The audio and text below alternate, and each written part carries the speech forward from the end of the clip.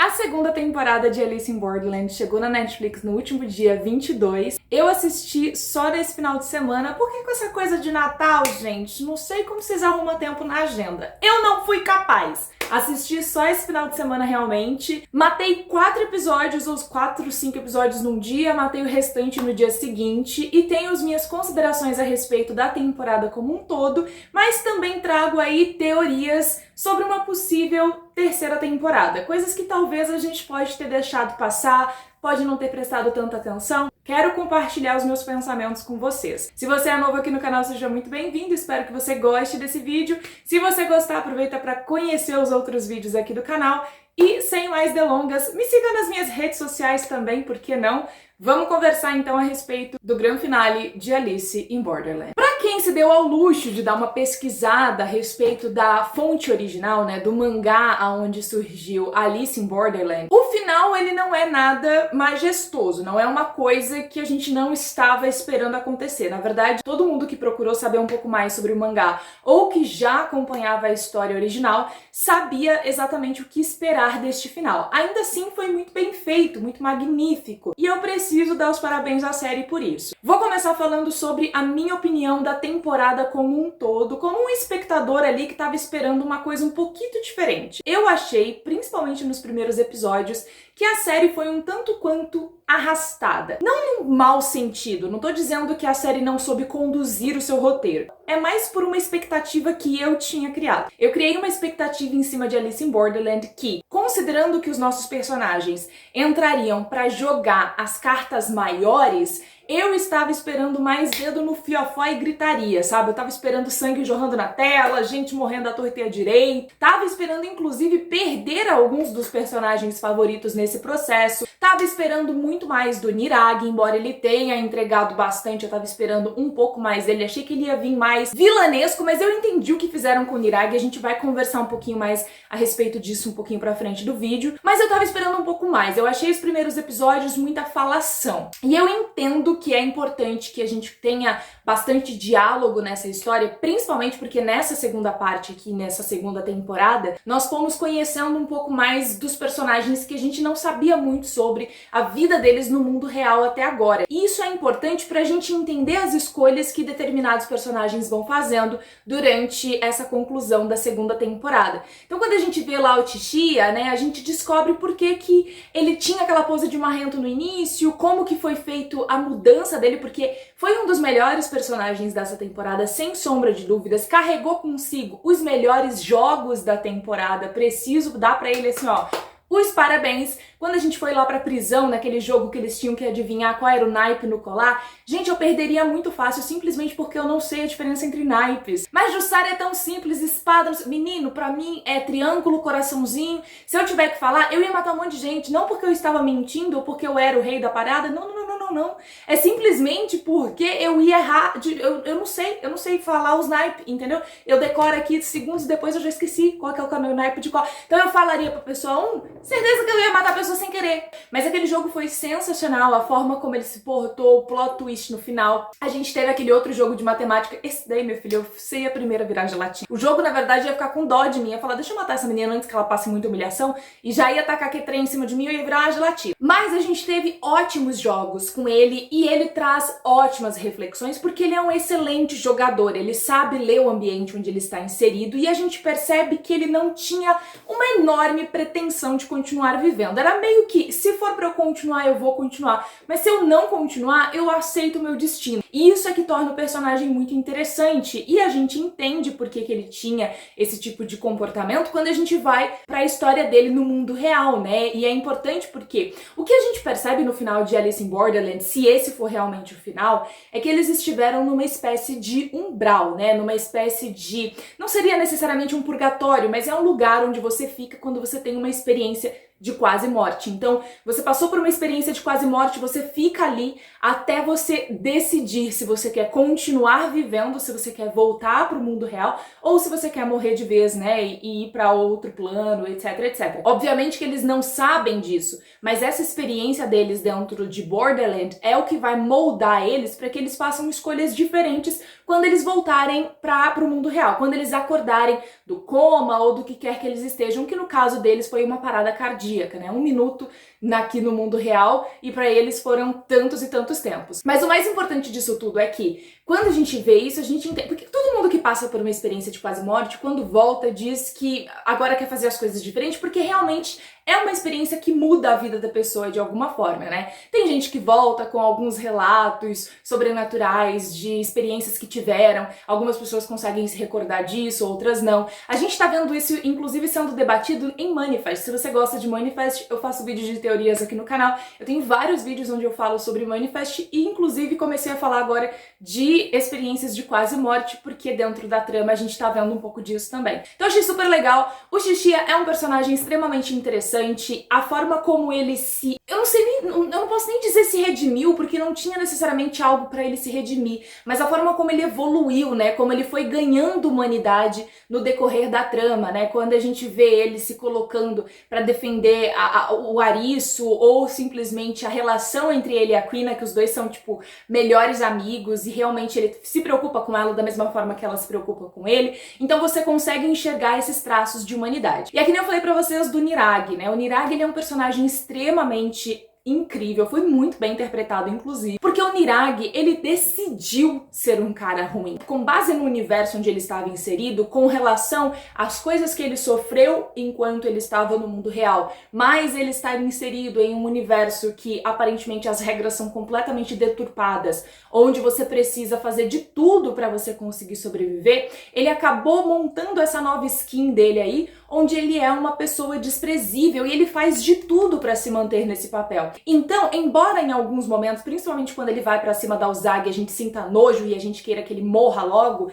e o fato de que ele nunca morre, meu Deus, pior que barata esse moleque, você acontece de tudo que esse homem ele não morre, ainda tivemos momentos ali que eu simplesmente olhei pra ele e eu senti pena porque dá pra ver que ele não está feliz nessa pele, ele não está satisfeito com a pessoa com quem ele se tornou. E a gente vê isso principalmente quando ele diz coisas do tipo, eu vou continuar sendo desprezível até o inferno porque eu quero entrar lá de cabeça erguida. Então não é realmente uma coisa assim, ele é um personagem horrível de natureza, ele não tem como se redimir, etc, etc. Tanto que a gente percebe isso quando a gente chega no momento da escolha, quando eles finalmente possuem uma escolha, se eles querem seguir, né, em Borderland, ou se eles querem retornar. Quando a gente tem personagens que são bem psicopatas, personagens que são realmente bem fora da casinha e eles são ruins por natureza, ou eles possuem alguma coisa ali que realmente faz com que eles sejam personagens questionáveis ou ruins, eles nem titubeiam, eles não querem voltar pro mundo real, eles gostam de Borderland e é ali que eles querem ficar. Só que quando a gente vai pro Nirag, ele pede pra voltar e quando ele volta a gente percebe que talvez exista algum tipo de salvação pra ele no mundo real. Acontece que a gente não sabe se a gente voltou pro mundo real, mas eu estou me adiantando, a gente vai conversar sobre isso já já. Deixa eu só falar sobre as personagens femininas dessa segunda temporada, porque elas arrasaram de monte. Tirando o meu rancinho que é a Uzagi só deu um selinho no Arisso, gente, o que foi aquilo, pelo amor de Deus? Tudo bom? Eu estou há anos esperando esses dois darem um pega. Eles estavam pelados na água. Custava ter sido pelo menos um beijo de língua. Não, a gente teve um selinho. Aí eu fiquei um pouco decepcionada. Não vou negar que fiquei um pouco decepcionada. Mas a gente teve a Ana, Quina, a nova menina, que eu acho que é a Kanye o nome dela. Não decorei o nome dela, mas ela é simplesmente fantástica. Tirando o momento de assédio ali pra cima do Arisso. Tirando aquela cena que ela foi um pouco questionável. Um pouco não, foi bastante questionável. De resto, é uma personagem extremamente interessante. A forma como ela escolhe sobreviver, mesmo estando com a perna dela naquela situação. O que ela faz pra ter a perna dela amputada em segurança para que ela pudesse continuar vivendo, a garra que ela tem de continuar vivendo, a forma como ela se refere a ela mesma, sobre as escolhas que ela fez para poder estar ali até aquele momento. E a relação entre ela e o Aguni, né? Foi super bonito a relação dos dois, porque o Aguni, ele foi um personagem que ele conseguiu me conquistar, sabe? Não que eu não gostasse dele na primeira temporada, eu até gostei dele na primeira temporada, mesmo com tudo que ele fez. Mas nessa segunda temporada, ele voltou um personagem ainda mais interessante. Primeiro porque ele traz cenas de ação pra gente, né? O que é sempre extremamente bem-vindo, principalmente nessa temporada que, de novo, eu esperava mais cenas de ação e a gente não teve tantas cenas de ação assim. Ele trouxe uma das melhores cenas, principalmente aquela cena final, onde tá todo mundo lutando, quase morrendo, e o Arisso tá se afogando em desodorante. gente, eu só soube rir. Geral morrendo. Eu não tava nem preocupada se geral tava morrendo. Eu estava preocupada com o menino Arisso. Eu falei, esse boy, ele tá inalando tanto pó de desodorante que mesmo que ele saia vivo dessa, ele vai ter um problema, entendeu? No pulmão, ele não vai conseguir sobreviver. Foi super incrível aquela cena deles todos lutando e principalmente, né, quando a gente tem o final ali, onde ela se arrasta até chegar no Aguni, porque ele se tornou realmente uma pessoa em que ela pode se apoiar, uma pessoa que oferece pra ela segurança, que oferece pra ela conforto, mesmo que ela tenha ali um pouquinho de segundas intenções relacionadas ao Aguni, porque ela acha ele gostoso pra caralho,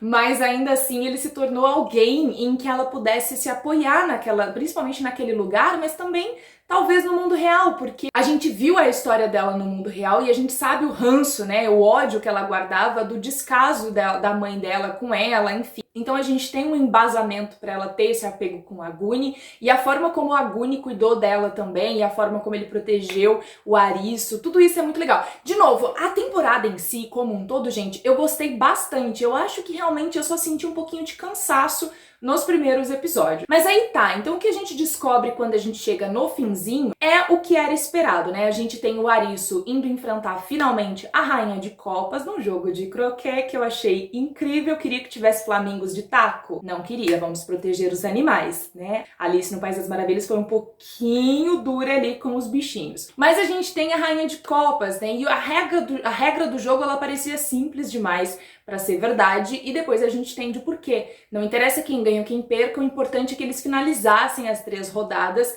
do jogo para que pudesse ser vencido, né? Para que eles pudessem vencer o jogo final. E a gente entende isso quando a rainha começa a enrolar e ela começa a criar coisas na cabeça do Arisso para que o Arisso se sentisse culpado pela morte dos amigos, não que ele já não sinta, ele já se sente culpado, mas cria-se ali uma história, né, fantasiosa de que ele tinha precisado fazer terapia, de que ele estava criando o universo de Borderlands simplesmente para não ter que lidar com a realidade de ter perdido os 2 amigos num acidente de carro. Quem assistiu meu vídeo no TikTok sabe que essa era uma das teorias pro final dessa temporada. Mas aí depois a gente descobre realmente que não foi exatamente isso que aconteceu. O Arisso consegue eventualmente, com a ajuda da Uzagi, vencer o jogo, e aí eles descobrem, voltando pro mundo real, que na verdade passaram-se apenas 1 minuto. Na verdade, eles não descobrem nada, e é aqui que a gente começa a teoria, né? Supostamente, caiu-se meteoros em Tóquio, eles foram atingidos ali pelos prédios e pela explosão. O coração parou ali durante 1 minuto esse que eles ficaram presos em Borderland, até que eles pudessem tomar a decisão de voltar para o mundo real e poder acordar e poder continuar vivendo. Quando eles acordam, no entanto, eles não se recordam, né, de nada do que aconteceu em Borderland, e eles se reencontram, eles estão todos ali no hospital, a gente tem um reencontro entre a Uzagi e o Arisso, e os dois meio que, quando é que a gente se conheceu? Será que a gente já não se conhece porque não somos estranhos um pro outro, yara, yara, yara. E a Uzagi até brinca, né, tipo, eu acho que a gente se conheceu há 2 anos, que é mais ou menos quando a gente teve a primeira temporada estreando. Anyways, o importante é que a gente meio que, final feliz pro nosso casal, e quando eles vão lá pra fora, tem cartas de baralho em cima de uma mesa, todas são sopradas, e a gente tem uma carta que todo mundo esqueceu, que é o Coringa. Na versão original, né, no mangá original, a carta do Coringa, ela aparece realmente antes deles acordarem, antes do Arisso e da Uzagi acordarem. Ela é uma carta ali que ela vem com outro significado. Aqui não.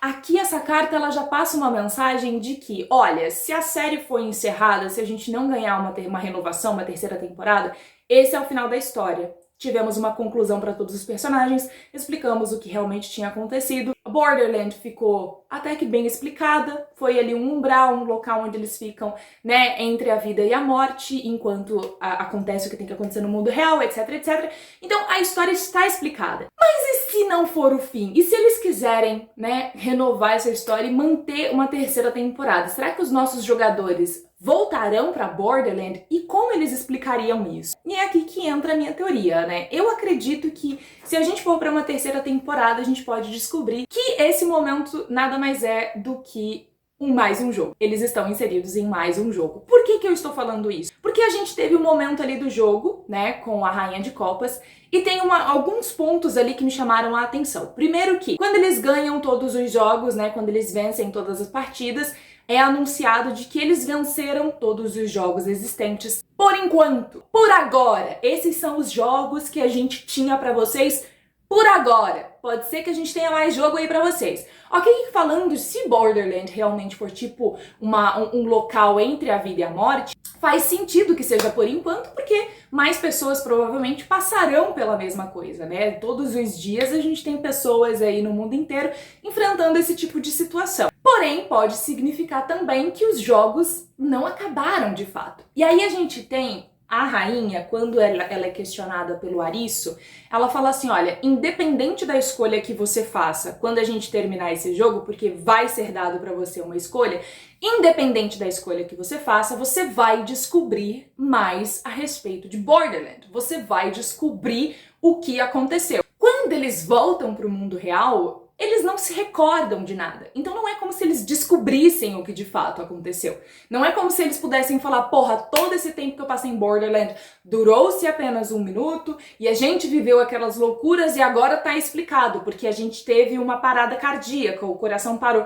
Eles não têm como ter a explicação do que é Borderlands. Isso não foi explicado e foi garantido pra gente que independente da escolha que eles fizessem, eles teriam essa explicação. Então pra mim pode soar como o jogo ainda não acabou. E depois de ver a Mira criar aquela realidade alternativa na cabeça do Arisso, fazendo ele acreditar que ele estava realmente em outro local, por que não seria possível criar uma realidade como se eles tivessem retornado pro mundo real? E o que acontece com as pessoas que decidem ficar em Borderlands? Elas vão ficar realmente ali para participar de novos jogos ou elas seguirão em frente? Porque claramente elas terão morrido no mundo real ou o corpo delas continua em coma até que elas tomem uma decisão ou até que elas morram em Borderlands, até que elas escolham voltar ou até que elas morram definitivamente em Borderlands. Porque o que a gente viu até agora é que supostamente algumas pessoas, os amigos do Arisso que morreram no jogo, morreram na vida real. A gente tem a Anne, né, que não necessariamente chegou a falecer 100% no jogo,